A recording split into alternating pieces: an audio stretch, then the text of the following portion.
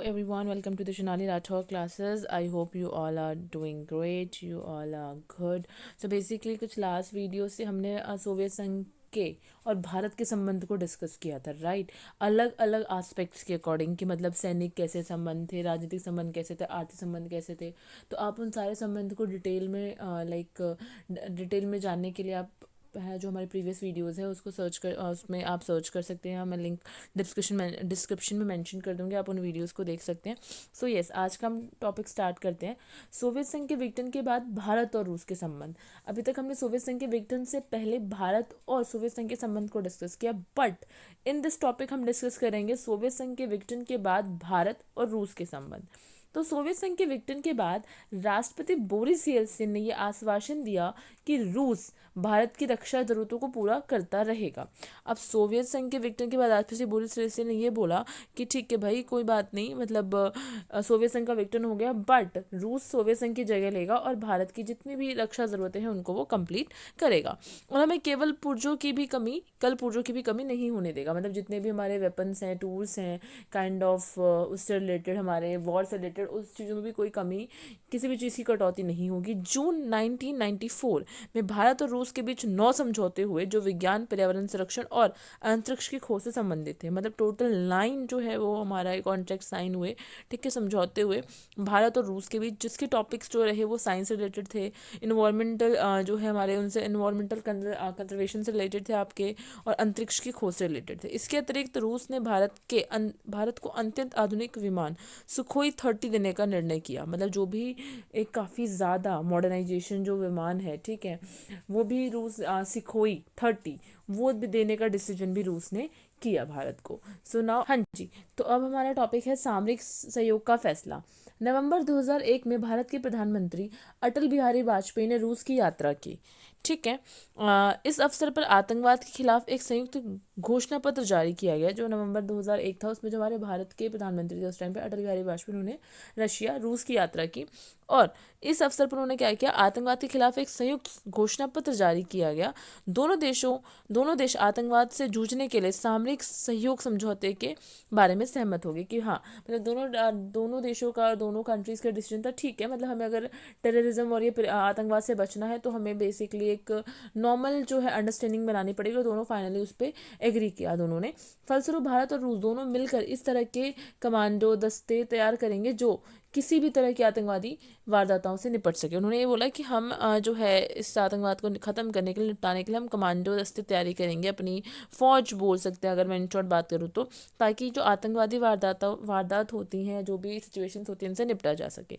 दिसंबर 2006 में दोनों देशों के बीच संयुक्त अंतरिक्ष अभियान का रास्ता साफ हो गया था।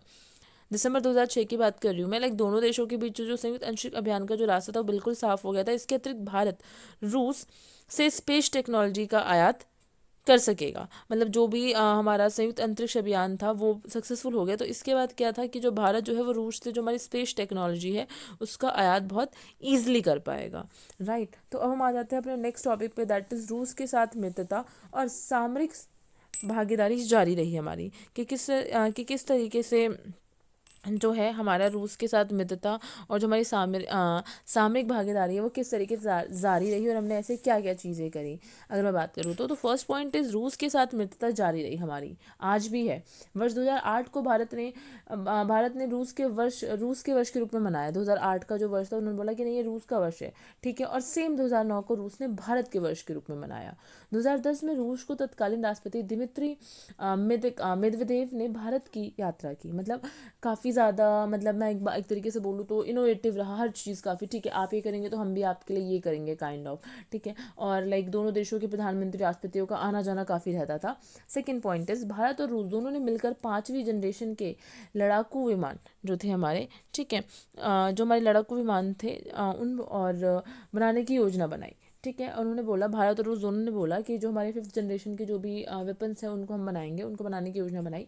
मई 2012 में हाँ जी, मई 2012 में व्लादिमीर पुतिन एक बार फिर रूस के राष्ट्रपति बने और दिसंबर 2012 में रूसी राष्ट्रपति ने भारत की यात्रा करी। तो मतलब आना जाना काफ़ी रहता था ताकि मिलके हाँ चीज़ें बहुत अच्छे से सॉल्व होती हैं, राइट। तो उन चीज़ों को हम सॉल्व कर सके हर वे में, kind of politically, kind of economically, each and every way. दोनों देशों के बीच नए सुखोई 30 लड़ाकू विमानों और वी हेलीकॉप्टरों की आपूर्ति के बारे में समझौते हुए। ठीक है ना। इसके अतिरिक्त रूस ने भारत में प्रत्यक्ष निवेश के समझौते पर भी हस्ताक्षर किए कि हाँ, अगर मैं डायरेक्ट इन्वेस्टमेंट के जो हमारा टॉपिक था उस पर रूस ने भी एग्री किया। जुलाई 2014 में प्रधानमंत्री नरेंद्र मोदी ब्रिक्स देशों के शिखर सम्मेलन के सिलसिले में ब्राज़ील गए। वहाँ रूस के राष्ट्रपति श्री पुतिन ने उनसे उनकी बातचीत हुई। दिसंबर 2014 में 15वीं भारत रूस शिखर वार्ता के लिए राष्ट्रपति पुतिन भारत आए। इस अवसर पर दोनों के बीच कई समझौते हुए। मतलब पहले तो हमारा देखा जाए तो जुलाई 2014 में प्रधानमंत्री नरेंद्र मोदी जो है वो वहाँ गए ब्रिक्स देशों के शिखर सम्मेलन के सिलसिले में। अब वहाँ से जो रूस के राष्ट्रपति श्री पुतिन, ठीक है, उनकी भी बातचीत हुई और 2014 में 15वीं भारत रूस शिखर वार्ता के लिए राष्ट्रपति पुतिन भारत आए।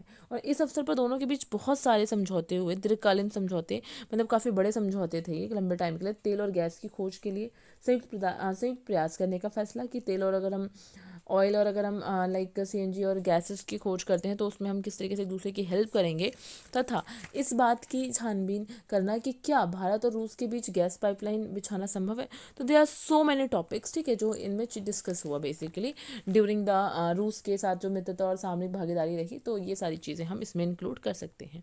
ठीक है, तो आज का हमारा टॉपिक था ये बेसिकली सोवियत संघ के विघटन के बाद भारत और रूस के क्या संबंध थे।